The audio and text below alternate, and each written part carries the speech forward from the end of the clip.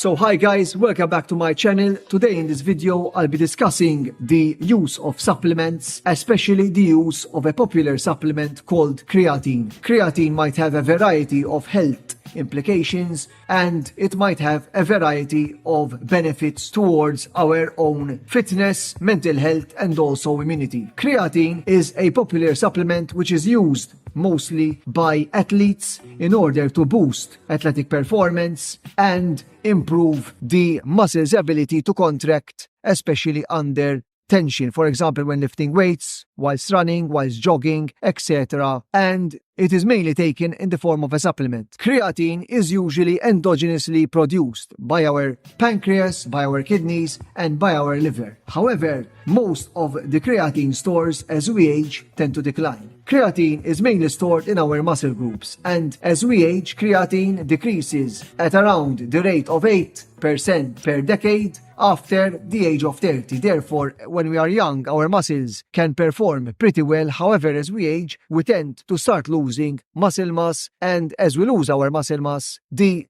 risk of certain diseases tends to increase. The main role of creatine in the body is that of basically generating ATP. ATP, or adenosine triphosphate, is basically an energy-based molecule which our muscle cells, our brain cells, and other cells in our body use, for example, also our immune system cells, in order to provide energy in order for the cell to function. Creatine basically is there to regenerate that ATP. Various studies have shown that the use of creatine supplements tends to be beneficial. It tends to improve our muscle strength, it reduces the risk of sarcopenia in elderly patients, and it tends to be beneficial for our short-term memory and intelligence. Creatine was also shown to be positively improving the memory function in a variety of subjects, and it also has benefits at, for example, immunomodulation. For example, one study showed the effect of creatine supplementation on CD8 T cells and how they might modulate the effect of the CD8 T cell in anti-tumour and anti-cancer functionality. Creatine wasn't really much of a hype prior to the 90s. After the Olympics in Barcelona in the 1990s, creatine started to gain more popularity as creatine was being used as a performance enhancer by a variety of athletes, which helped them basically get good positions within the Olympics. The biggest problem with aging is the loss of muscle mass. Muscle mass and aging basically go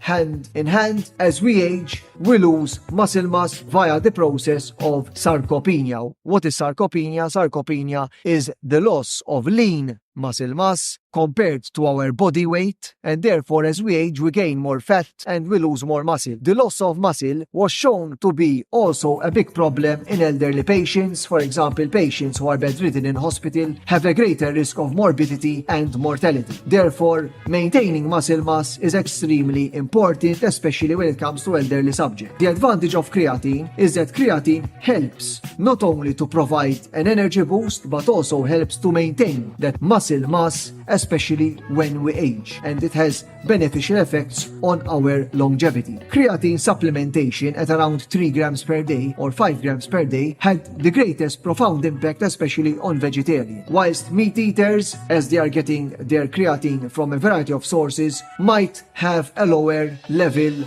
or need for creatine supplementation. However, most of us, if we take a 70 kilogram male or female, can store around 120 grams to 140 grams of creatine within our muscles, and this storage tends to decrease as we age per decade. Interestingly, we tend to lose around 8% of our stores of phosphocreatine every decade that we age. Therefore, supplementation with creatine seems to be important in order to maintain our muscle mass and also to prevent a variety of conditions that result in morbidity and mortality. One advantage of creatine is that creatine is quite an easily available supplement. Creatine can be bought online from a variety of normal supplement stores, and as we have seen, it has a variety of potential benefits. Creatine, however, has been criticized because it was said that it might increase the risk of variety of cancers, especially in men who take it for athletic performance. However, this evidence is not based in reality, as if we look at a variety of meta-analyses and studies that were carried out on supplementing with creatine, most of the patients who have taken, or the subjects who have taken creatine, did not show significant increased risk from supplementing